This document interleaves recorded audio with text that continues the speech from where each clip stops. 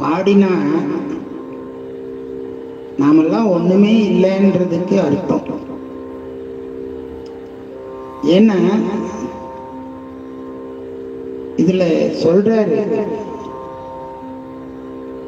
எத்தனையோ காலங்கள்லாம் நாம இந்த பசிக்காக உணவை தேடி போயிருக்கிறோமே தவிர இறைவனை தேடி ஒரு நாளும் நாம போனது கிடையாது சொல்ற. இப்படி எல்லாம் நாம செய்தாலும் சாமி நம்மள கைவிடல. சாமி இந்த பிறவியை அறுத்து நமக்கு நல்ல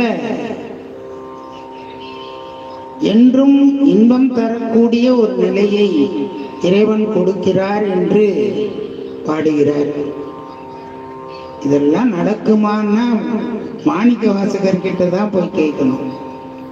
ஏன்னா நாமெல்லாம் ஒரு பிறக்கிறதும் இறக்கிறதும் மீண்டும் பிறக்கிறதும் இதுவே தொழிலாக தான் நாம வச்சிருக்கிறோம். ஆனா மாணிக்க வாசகர் அப்படி இல்லை.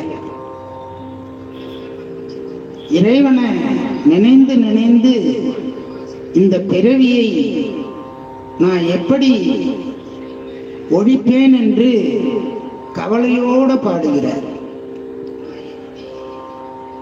இன்னைக்கு இருக்கிற இந்த உலகத்துல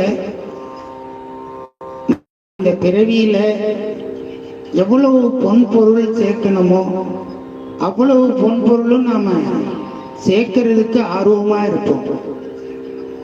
அப்படி சேர்க்கறதுல தோல்வி அடைஞ்சா உடனே இறைவன் கிட்ட வந்து, சாமி எனக்கு இந்த பொருளை கொடு அந்த பொருளை கொடு அப்படின்னு வேண்டி நிற்போமே தவிர நாம இந்த பிறவியினுடைய துன்பத்தை ஒரு நாளும் போக்குன்னு நாம கேட்க மாட்டோம்.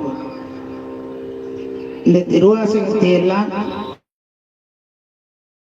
பாட நமக்கு இறைவன் இப்படிப்பட்ட ஒரு